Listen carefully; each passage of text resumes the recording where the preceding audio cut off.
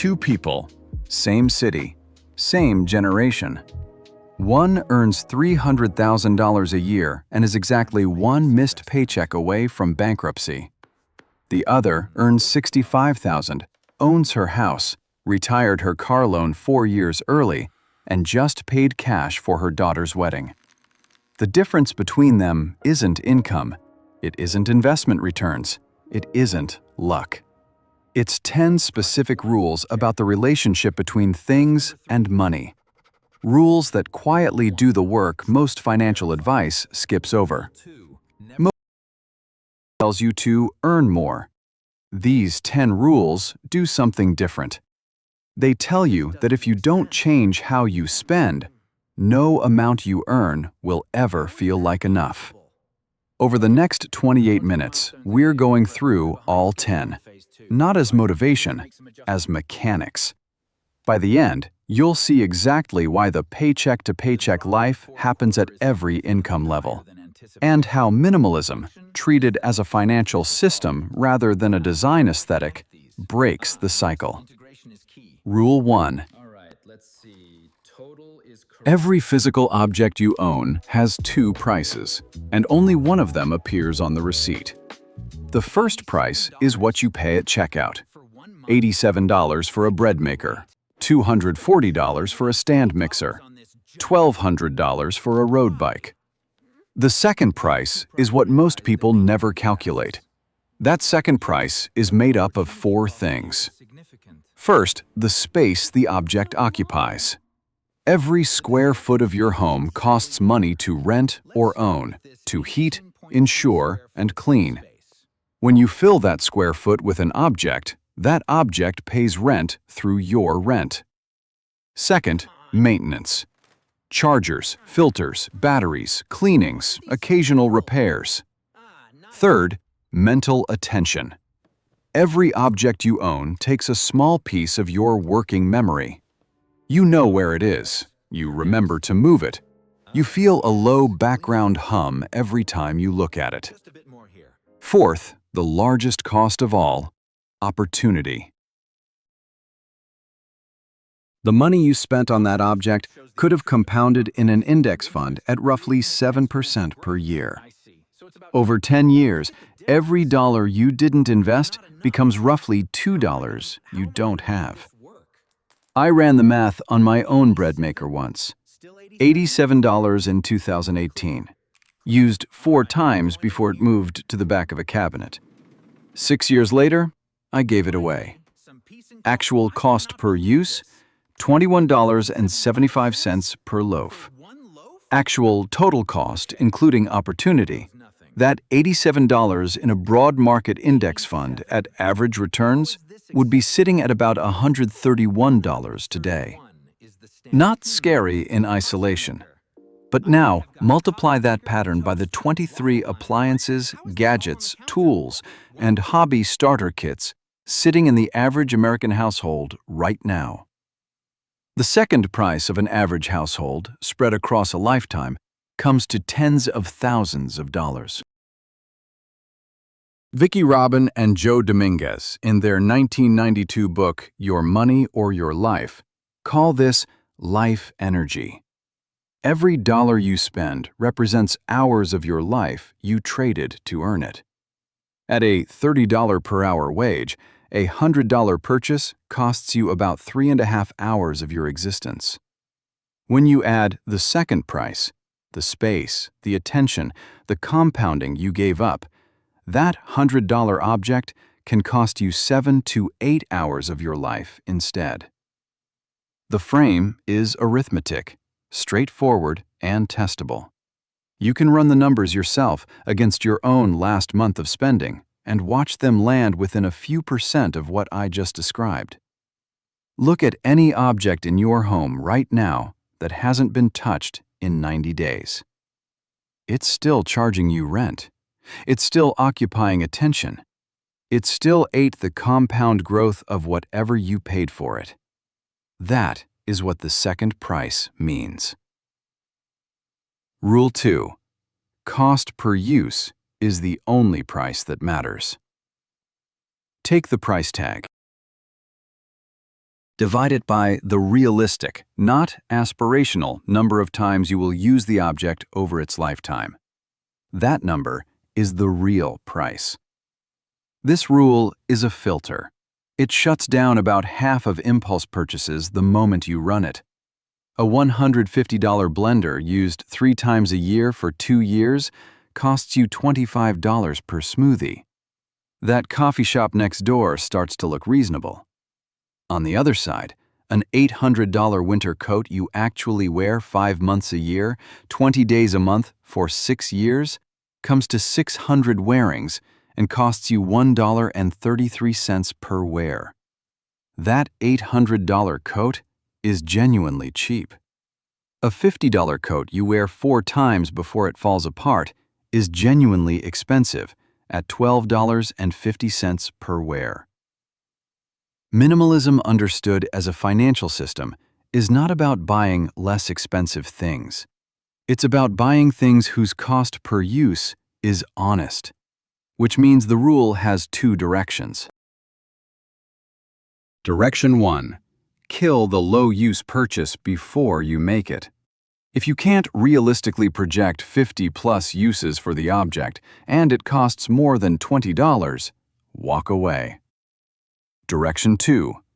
Upgrade the high-use item you already touch every day. Cheap sheets you sleep on 365 nights a year, ripping every 8 months, are more expensive per night than premium sheets you replace every 4 years. This is where most people get the arithmetic backwards. They save on the 12 items they use daily and splurge on the 23 items they never touch. Run the divide. The cost the receipt shows you and the cost per use are almost never in the same order.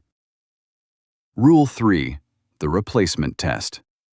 Walk through your home right now, mentally, and ask a single question about every object you own. If this thing disappeared tonight, would I go to a store tomorrow and buy it again at full price? Most people, when they answer honestly, discover that between 30 and 60% of their possessions fail this test. The blender that seemed necessary at the store 4 years and 3 uses ago, you wouldn't buy that again.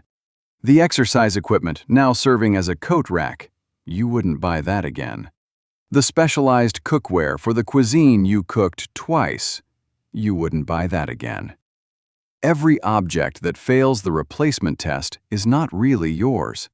It is inherited from a past version of you who made a decision you would not make today. It is clutter with a story attached. And it is still costing you the second price we described a moment ago: space, attention, opportunity. Every day it stays. The replacement test does something psychologically that inventory lists and closet cleanouts don't do. It reframes ownership as an active decision rather than a passive default. Most objects in a home are in a state of legal ownership but psychological abandonment. You don't like them. You don't use them. You don't want them. But you paid for them, and getting rid of them feels like admitting a mistake. The replacement test breaks that lock. It says, the money is gone either way. The only question is whether the object is worth keeping for its future use, measured by whether present you would spend money to acquire it. That question is honest, and it has a shape to it, a rhythm. Once you run it against 10 objects, running it against 100 takes 20 minutes. Once you've run it against everything you own, you keep running it every time you consider a new purchase. In reverse, before you buy it, ask whether a future you, 6 months from now, would buy it again. That reversed version of the test kills about 70% of impulse purchases before they happen. Rule 4. Never upgrade a working thing. This is the rule that separates people who accumulate from people who accumulate wealth. The upgrade cycle is not a natural feature of ownership. It is a manufactured feature of modern marketing. A working phone is replaced not because it broke, but because a new model was announced. A functional car is traded in not because it stopped running, but because it became boring. A perfectly good jacket is retired not because it wore out, but because it went out of style. Every one of those transactions represents a decision. The decision to convert stored wealth into slightly newer possessions with slightly higher second prices. The rule reads simply: replace an object only when it stops performing its stated function. A phone that still calls, texts, and runs apps is a working phone. A car that still gets you to work is a working car. A coat that still keeps you warm is a working coat. Calling something outdated works as a marketing frame wearing the mask of a technical judgment. Slower does not mean broken. Older does not mean malfunctioning. A model that was released 3 years ago and still performs its stated function is not, by any honest technical definition, in need of replacement. The math on ignored upgrades is remarkable. A person who keeps their car 3 years longer than average, over a working lifetime of 30 years, saves roughly $30,000 to $50,000 in principal and roughly $100,000 in opportunity growth. A person who runs each phone 5 years instead of 2.5 saves about $7,000 in principal and roughly $19,000 in growth. A person who wears their winter coat 8 years instead of 3 saves comparatively less in principal, but avoids 10 hours of decision fatigue and closet organization per year, which compounds in a subtler way. And here is the sensitive point. Working things do wear out eventually. This rule calibrates replacement to actual physical breakdown rather than to the announcement of a new model. Broken things still get replaced. No one is asking you to hold on to a phone that won't power on or a coat that fell apart at the seams. The rule targets the space between still works and newer version exists, which is where most upgrade decisions actually live. Fumio Sasaki, in his book Goodbye Things, describes owning 150 items total, including his phone, laptop, and clothes. His point is not the number. His point is that his objects had been chosen with such intention that the question of upgrading became irrelevant. You upgrade when a thing breaks. Until then, the thing you own is the correct thing. Rule 5. Build friction on spending, ease on saving. Do not spend the rest of your life relying on willpower. Willpower is a finite resource that runs down through the day. By 6 p.m. after work, small children, dinner, 3 arguments, and 1 delayed subway, your willpower is at 10%. That's exactly the moment your phone shows you a 2-tap purchase from a store that already has your card information saved, that already knows your address, and that will deliver the object tomorrow. The rule targets friction, not willpower. Willpower runs down every day. Friction, once you build it into your environment, stays in place while you sleep and while you're exhausted and while you're bored on a Tuesday evening. Make good financial decisions require 0 willpower. Make bad ones require 6 deliberate steps. On the spending side, the practical moves are direct. Remove all saved cards from every online store. Every purchase should require you to physically find your wallet, type in a 16-digit number, and confirm a security code. That 30-second delay kills between 40 and 60% of impulse purchases. Unsubscribe from every retailer email list. Not most, every. The average American receives 120 marketing emails per week, designed by professional psychologists to trigger a purchase. Delete the app of every store you shop at more than once a month. Force yourself to open a browser and type the address. Set a 24-hour rule on any non-essential purchase over some amount you set. $50 is a common threshold. If you still want it tomorrow at the same time, you can have it. Roughly 70% of want evaporates in that window. On the savings side, do the opposite. Make it automatic, invisible, and untouchable. The moment your paycheck lands, a fixed percentage, start at 15%, work up to 25%, moves to an investment account you do not check daily. You do not decide each month whether to save. That decision was made once on a Tuesday afternoon when you set up the transfer. Every subsequent month, saving happens without your involvement. Cal Newport, in Digital Minimalism, describes this as the fundamental architectural principle. Design your environment so the default behavior is the one you would consciously choose. In finance, this means the environment does the work while your willpower rests. James Clear made a similar point in a different frame.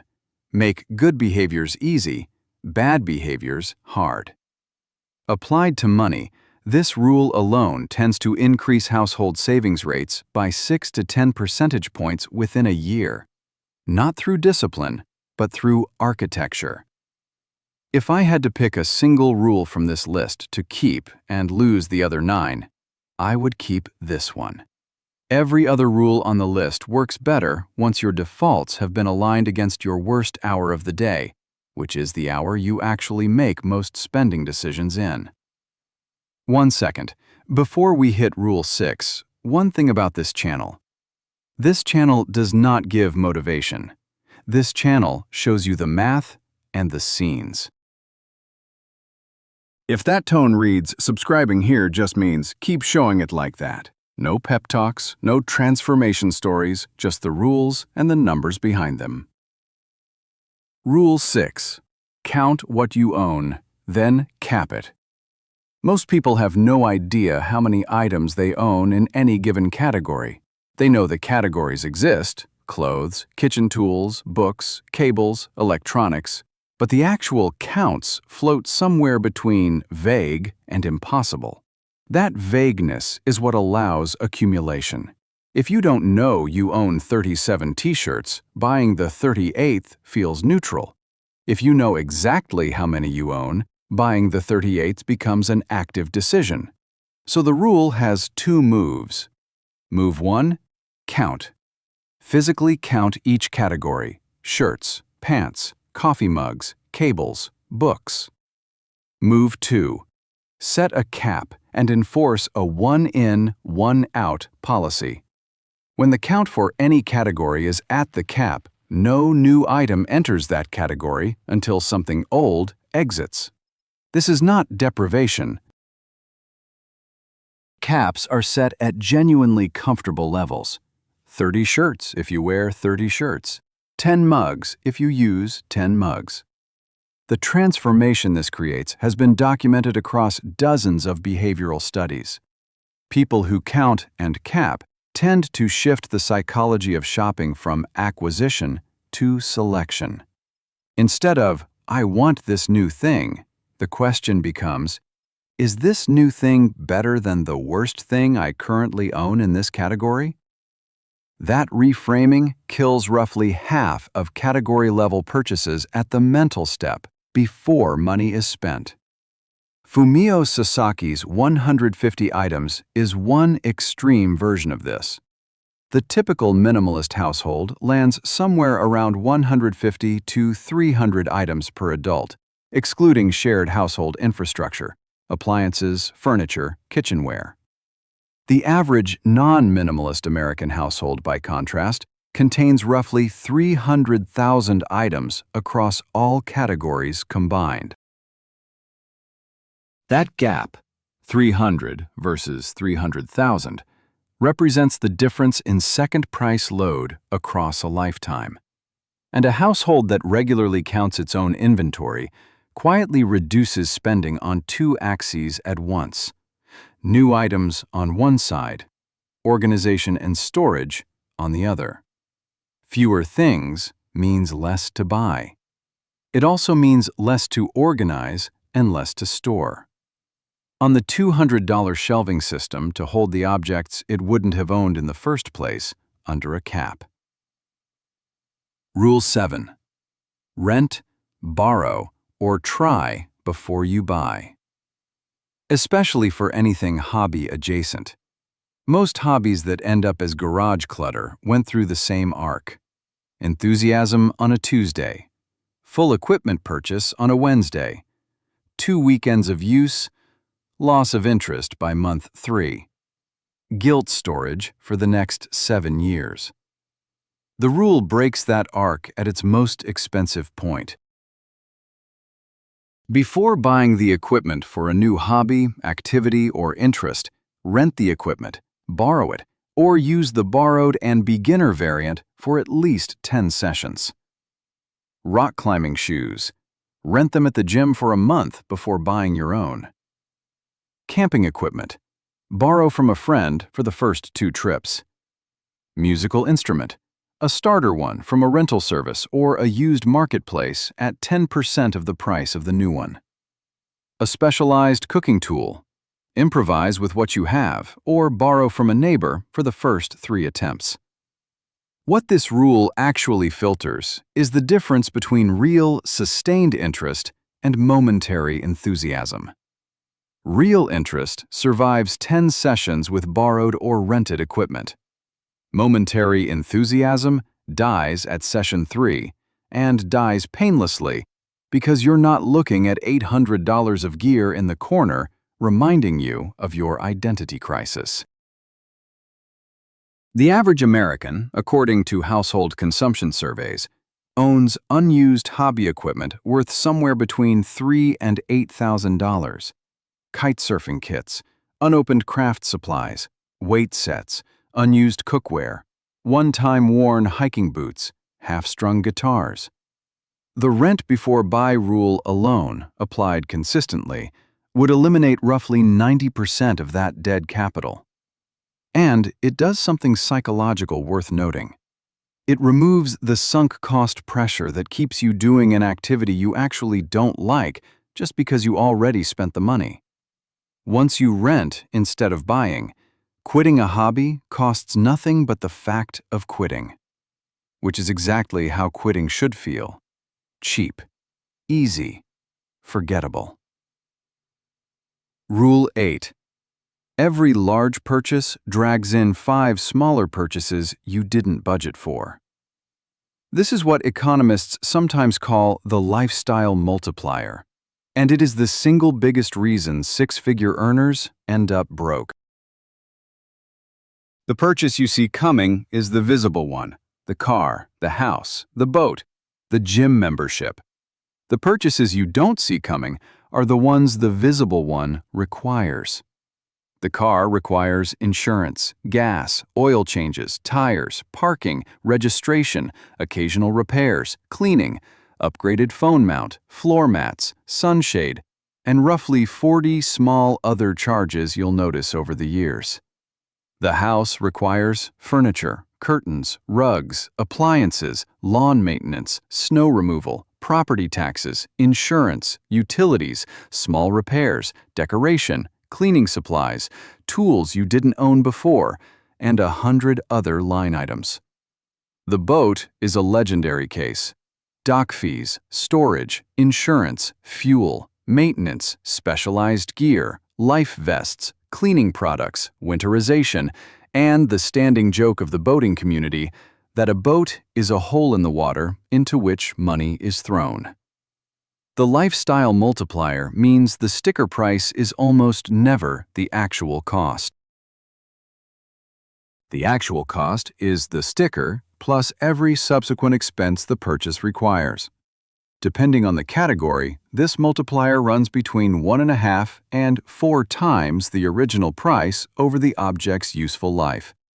A $40,000 car is a $60,000 to $80,000 decision. A $500,000 house is a $900,000 decision over 10 years, counting furnishings, utilities beyond the previous baseline, upgrades, and taxes. The rule for applying this is straightforward. Before any large purchase, list every downstream expense the purchase will require and multiply your sticker mentally by 2. If the doubled number is still comfortable in your budget, the purchase is genuinely affordable. If it isn't, you are considering a purchase you cannot actually afford, regardless of what your bank account currently shows. The lifestyle multiplier is why hedonic adaptation is so financially destructive. Each step up raises expectations and recurring costs at the same time. Every step up the lifestyle ladder locks in a floor you can't easily step back down from. Which brings us to Rule 9. Rule 9. Define enough before the income rises, not after. Not when I make more. Now, at whatever income level you currently occupy.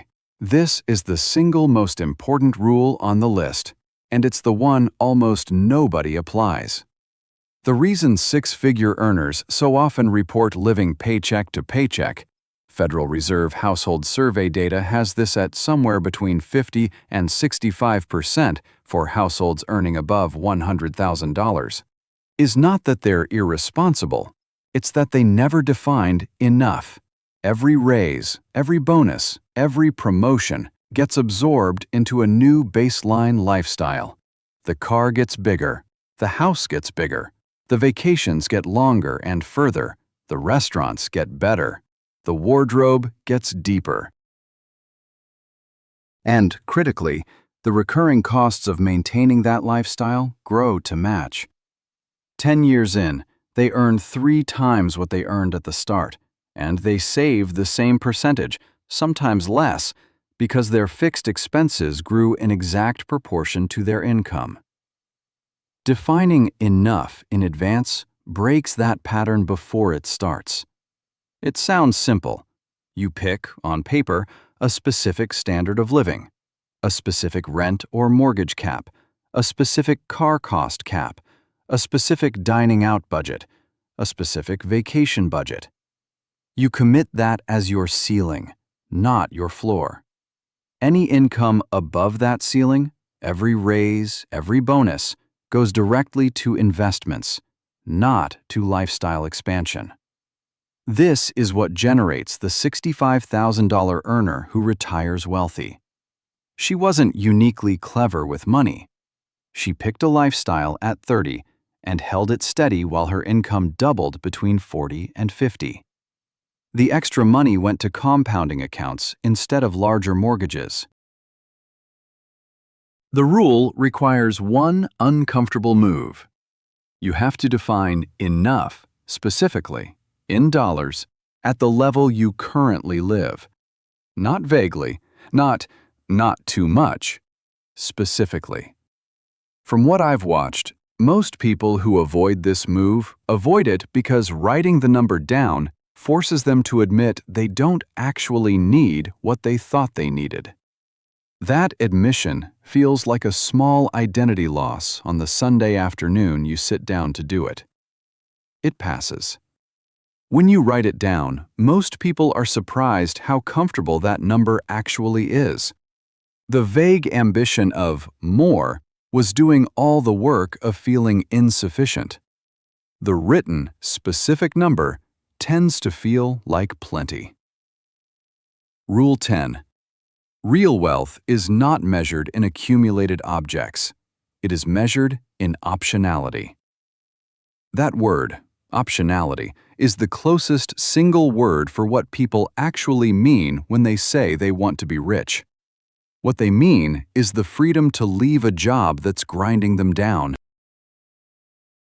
The freedom to move cities when love or opportunity or family calls.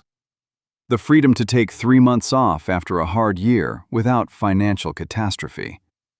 The freedom to help a parent, a sibling, a friend when a crisis lands. The freedom to start a business without a guaranteed income for 18 months. The freedom to say no. That is optionality.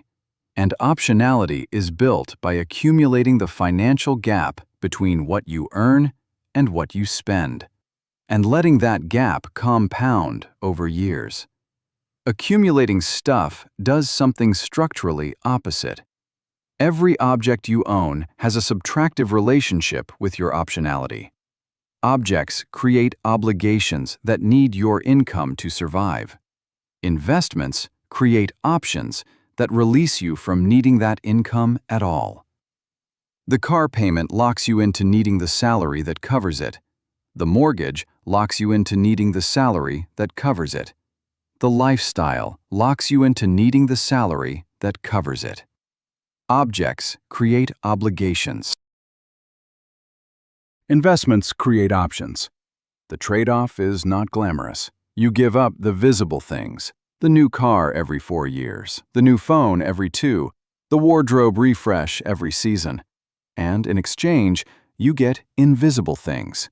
The compound growth of the money you didn't spend. The psychological calm of not needing your next paycheck. The choice to walk away. And here is the maintenance piece most people miss. This isn't done through one heroic January cleanout that leaves you empty for 2 months before you reaccumulate. It's done through continuous, weekly, small-scale discipline. 15 minutes on a Sunday to run the replacement test on the last week's purchases.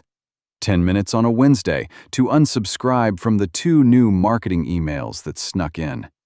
20 minutes on a Saturday to look at last month's spending and identify the categories that drifted upward. Continuous, not episodic. That's how it stays real. 2 people, same city, same generation.